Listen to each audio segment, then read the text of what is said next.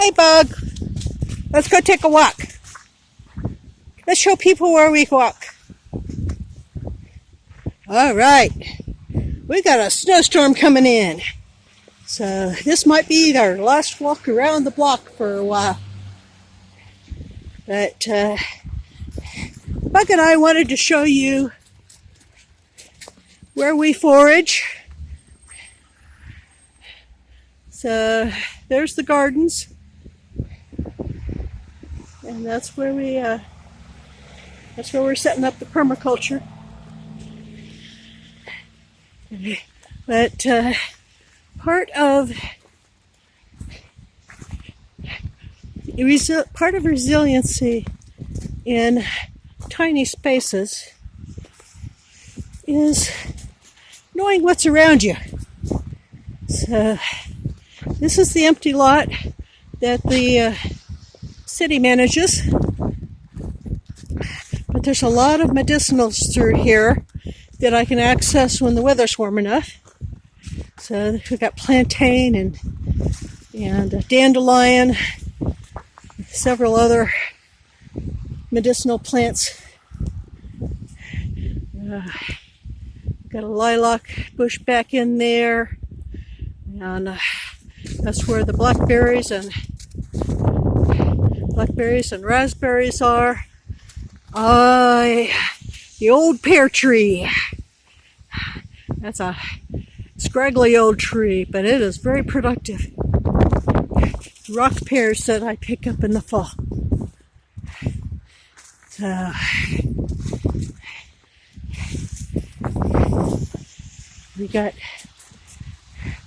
there's wild grapevine through here that it's climbing up in the trees. And I use that for baskets, wreaths, dream catchers.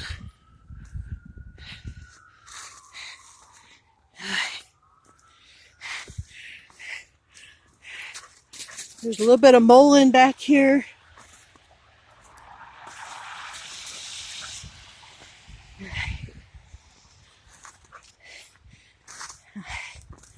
Lots of interesting stuff. Right through here is where I found the mint.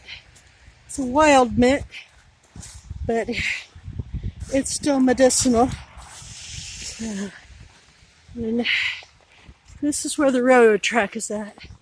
So harvesting herbs back here is kind of sketchy. So when I found the mint, I pulled some up and planted it up in a pot around the house.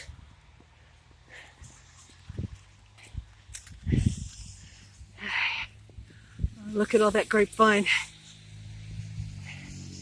It's both a benefit and it can be a problem.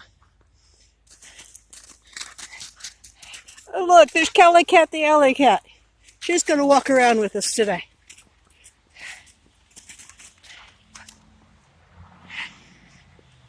All right.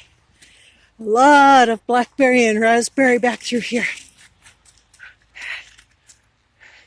A lot of grapevine. The goldenrod is well gone past, but the goldenrod is a medicinal as well. One of the things that we have through here that you got to watch out for is that grapevine right there is mixed with Virginia creeper, and that Virginia creeper berries and wild grapevine can, if you don't know what you're looking at, that can be confused. The berries on the Virginia creeper is poisonous. The wild grapevine is excellent for making juices and jellies.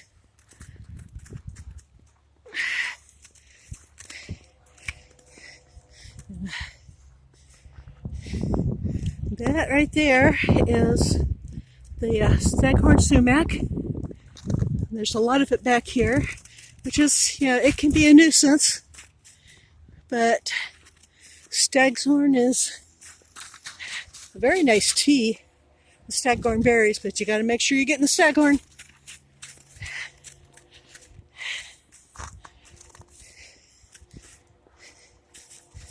So, every once in a while, somebody comes through here and dumps something out that they don't want. I found some Egyptian walking onions back here. I wouldn't harvest them from here, but I collected them and planted them around the house. We've got black cherry, wild cherry, choke cherry back in here. Maple. Oh, look there. There's a young walnut tree. Black walnut. Just starting to produce walnuts.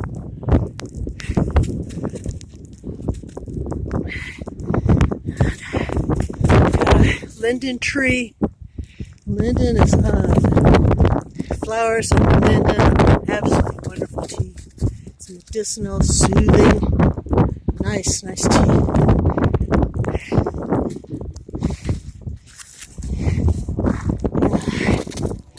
Now, one of the things you got to look for, it's back here, and I do use it, is the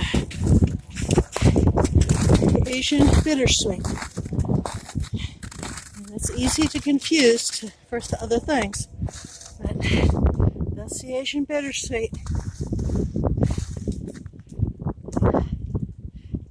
It's got the yellow-orange casing on a very dark red berry, and those berries are kind of soft. And the vine is it's a branching vine.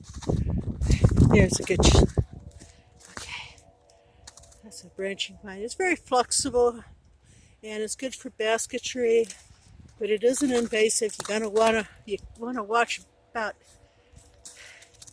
spreading it around.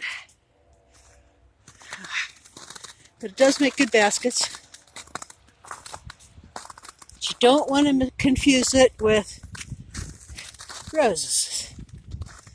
And there's a lot of wild roses back here, which I love. Rosehip syrup. So there's the rose hips. Okay, you see that those rose hips, there they are. Those rose hips are mixed in with the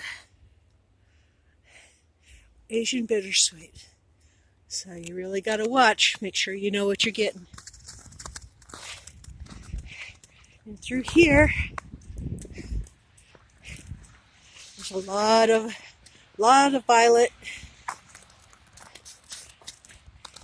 It's another medicinal. And there's some chamomile back through here. Again, this is an industrial area, so you want to be careful where you're harvesting.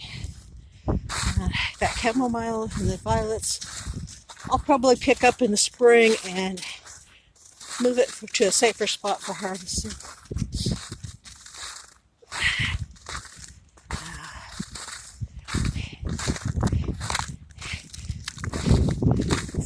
See there? Bug gloves showing you where we go. Just gotta explore. We have that. It's an old locust tree. And there's some small ones in here. These locust flowers are another medicinal.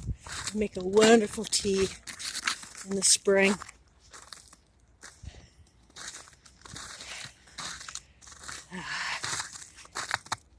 And then the neighbors have hawthorn. Good heart medicine.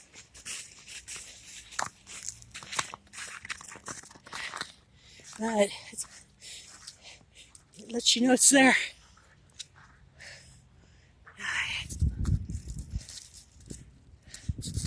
See those thorns? Nice little thorns on there. And we're heading back to the house. Almost around the block.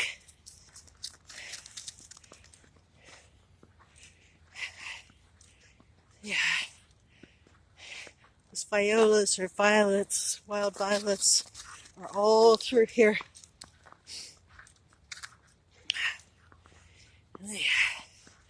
My grandma used to take those violet flowers and sugar them.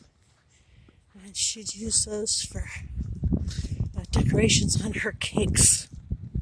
They make a nice addition to lemonade or a tea. Just throw a few blossoms in there. There we go.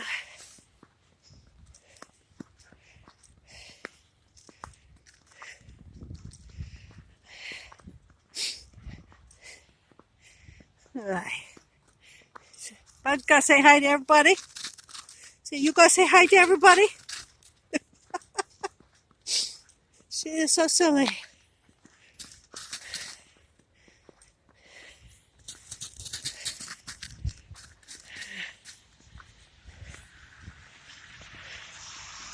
All right.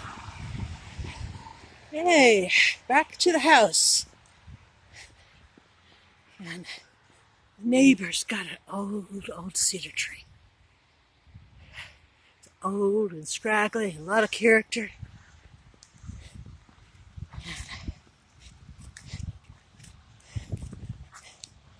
Come on, Bugsy, come on. There's good medicine there, and that is, cedar's a sacred, one of the 4 sacred herbs. So we use that for incense, smudging, and there's the elderberry bush.